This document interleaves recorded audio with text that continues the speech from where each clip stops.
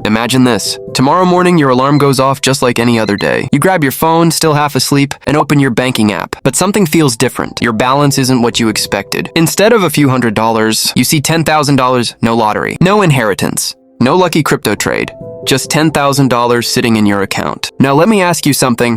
What would be the very first thing you'd do? Would you finally buy the car you've been dreaming about?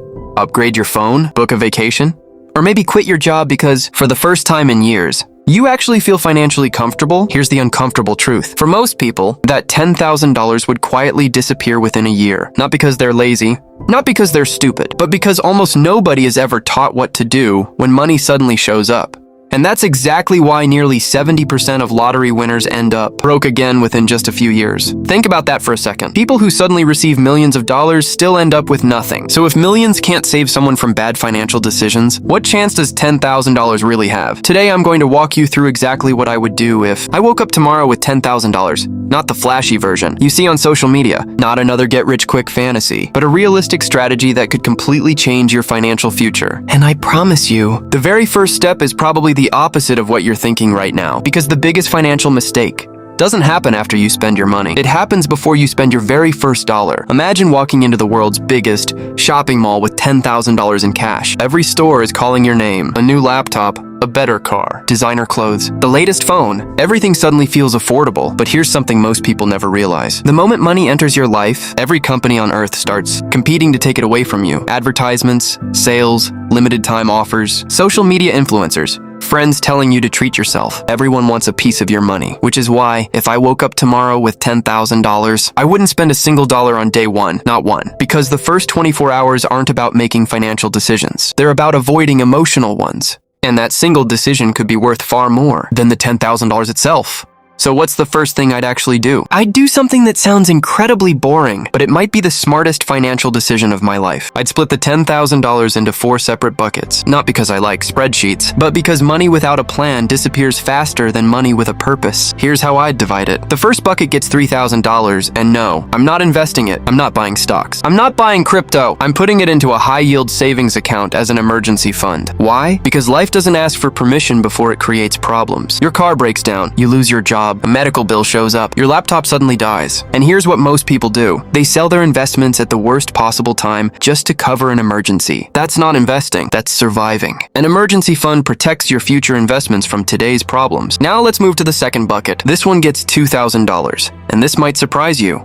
I'm investing it in myself, not through some overpriced online course that promises to make me rich overnight, but through real skills that increase my earning power. Because here's a question most people never ask. What's more valuable? A stock that grows 10% a year, or a skill that helps you earn an extra $500 every single month? Let's do the math. An extra $500 a month equals $6,000 every year. Over 5 years, that's $30,000 in additional income, and that's before you even invest a single dollar of it. That's why your biggest financial asset isn't your bank account. It's your ability to earn more tomorrow than you earn today. Now let's talk about the third bucket. This is where most people expect me to say, put everything into the stock market, but I wouldn't. Instead, I'd invest $4,000 into a simple, diversified index fund. No chasing the next Tesla, no gambling on meme stocks, no trying to predict tomorrow's headlines, just consistent long-term investing. Because history has shown something incredible. The people who become wealthy aren't usually the ones who find the perfect investment. They're the ones who stay invested the longest. Imagine planting a tiny tree today. Tomorrow it still looks small.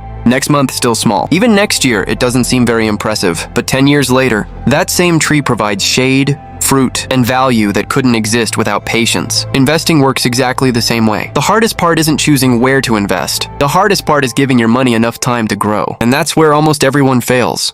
Now, there's one financial trap that's so dangerous, it destroys more wealth than bad investments ever could, and almost everyone falls into it. It's called lifestyle inflation. Here's what it looks like. Imagine 2 friends, Jake and Alex. They both graduate from college. They both get jobs paying around $60,000 a year. Their lives look almost identical. For the first few years, they earn about the same, spend about the same, and save almost nothing. Then something changes. Jake gets promoted. His salary jumps by $10,000 a year. He celebrates. He buys a brand new SUV, moves into a more expensive apartment, upgrades to the newest iPhone, starts eating out more often. From the outside, Jake looks successful. Now let's look at Alex. He gets the exact same promotion, the exact same raise, but instead of upgrading his lifestyle, he upgrades his future. He keeps driving the same car, keeps living below his means, and automatically invests most of his raise every single month. 5 years later, Jake has a nicer lifestyle. Alex has a growing investment portfolio. 10 years later, Jake is still living paycheck to paycheck. Alex owns assets that are quietly making money while he sleeps. That's the difference. Not income, not luck, not intelligence, just decisions repeated over time. Here's something most people don't realize. Every time your income goes up, you have two choices. You can increase your lifestyle or you can increase your freedom. And those two things are rarely the same. Think about it. A luxury car might impress people for a few weeks, but financial freedom can change the rest of your life. Now let's go back to that $10,000. Imagine you spend it all on things that lose value. A phone,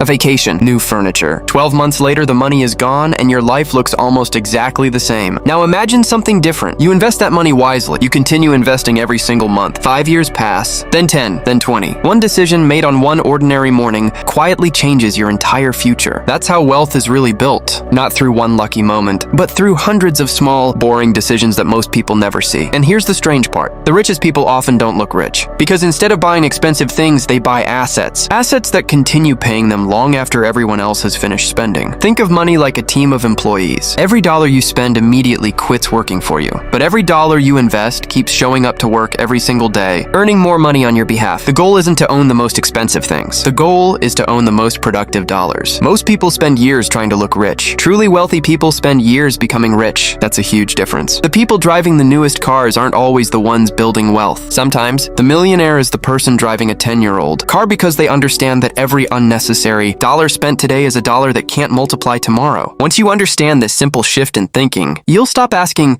what can I afford today? And start asking, what will this decision cost my future? And that's the question that separates consumers from investors, and dreamers from people who actually achieve financial freedom. So if you ever wake up with an extra $10,000, don't ask yourself, what can I buy? Ask yourself, how can this money create a better future for me? Because money is a tool. In the wrong hands, it disappears. In the right hands, it creates freedom. And before you leave this video, I want you to answer one simple question. If you woke up tomorrow with $10,000, what would be the very first thing you'd do?